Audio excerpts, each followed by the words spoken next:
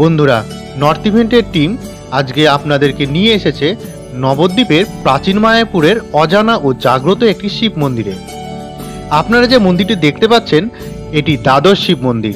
মন্দিরটি বহু প্রাচীন ও খুবই জাগ্রত।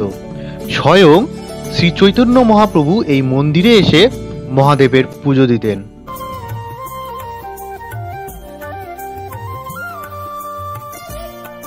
কথিত আছে যে পবিত্র মনে এই দ্বাদশ শিবলিঙ্গের আরাধনা করলে মনের সব ইচ্ছা পূর্ণ হয়।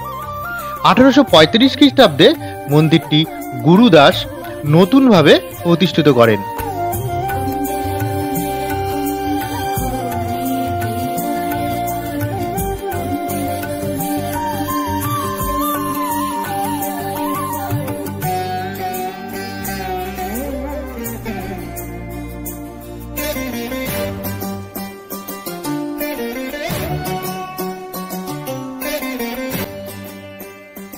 মন্দিরটি বাংলার প্রাচীন আটচালা শিল্পী রীতির একটি নিদর্শন। নবদ্বীপের হেরিটেজ স্বীকৃতিপ্রাপ্ত মন্দিরগুলির মধ্যে এই মন্দিরটিও একটি। তবে এই মন্দিরটি সম্পর্কে মায়াপুর বা নবদ্বীপে ঘুরতে আসা ভক্তবৃন্দদের মধ্যে অনেকেই হয়তো জানেন না।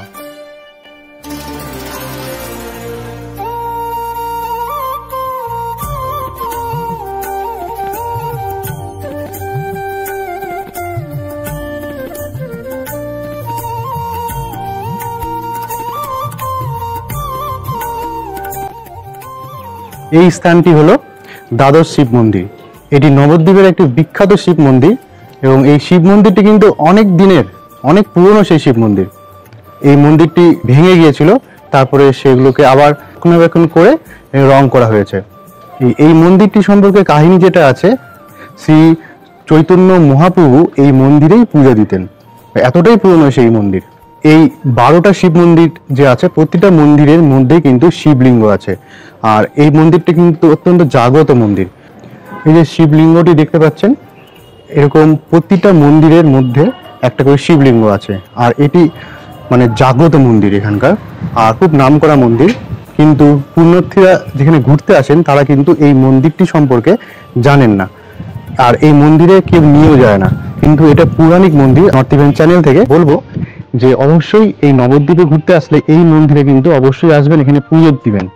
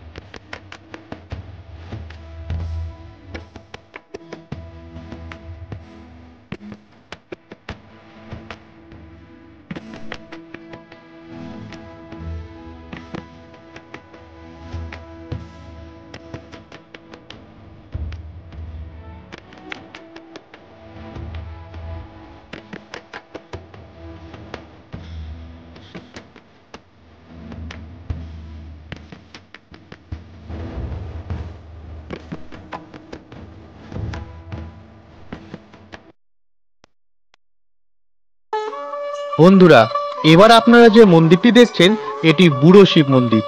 এটি নবদ্বীপ শহরে একটি দ্বি-শতাধিক প্রাচীন শিব মন্দির।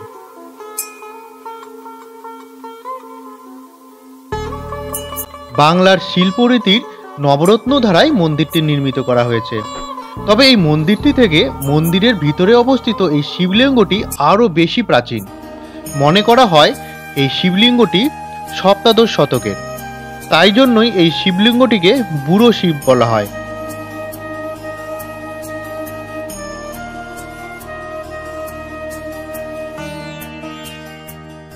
নবদ্বীপের বুড়ো শিবতলায় অবস্থিত এই মন্দিরে শ্রী চৈতন্য মহাপ্রভু স্কুল যাওয়ার পথে প্রত্যেক দিন পুষ্প অর্পণ করে প্রণাম করে তারপরেই তিনি স্কুলে যেতেন।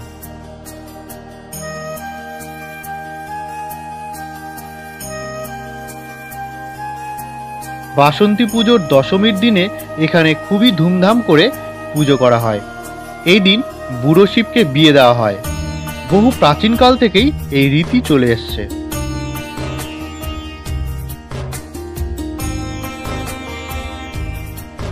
এই মন্দিরটিও হেরিটেজ স্বীকৃতিপ্রাপ্ত। এই মন্দিরে অবস্থিত কোষ্ঠী পাথরের মহিষাসুর মর্দিনী মূর্তি ও তামার মঙ্গলচণ্ডী মূর্তি ছাড়াও সূর্য মূর্তি ও গণেশ মূর্তি ছিল। তবে দুর্ভাগ্যের বিষয়, বর্তমানে বেশিরভাগ মূর্তি চুরি হয়ে গিয়েছে।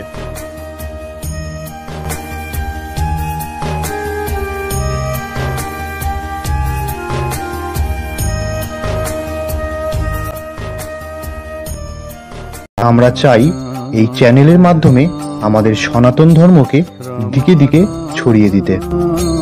নর্থ ইভেন্ট চ্যানেলের ভিডিওর মাধ্যমে আমরা বিভিন্ন জায়গার তথ্য আপনাদের সামনে সঠিকভাবে তুলে ধরার চেষ্টা করছি এবং আমাদের ছোটখাটো ভুল ত্রুটিগুলো মার্জনা করে দেবেন। আগামীতে হিন্দু ধর্মের বিভিন্ন প্রাচীন মন্দির ও তার সঙ্গে জড়িয়ে থাকা কাহিনী আপনাদের সামনে তুলে ধরব এবং ভারতবর্ষের বিভিন্ন ঐতিহাসিক স্থানগুলোর তথ্য প্রমাণসহ ভিডিওর মাধ্যমে আপনাদের সামনে তুলে ধরার চেষ্টা করব। এভাবে আমাদের পাশে থেকে আমাদেরকে উৎসাহিত করবেন। আমাদের চ্যানেলকে লাইক, শেয়ার এবং সাবস্ক্রাইব করে পাশে থাকা বেল আইকনটি প্রেস করবেন, যাতে পরবর্তী ভিডিওগুলি আপনাদের সামনে সঠিক সময়ে পৌঁছে যায়।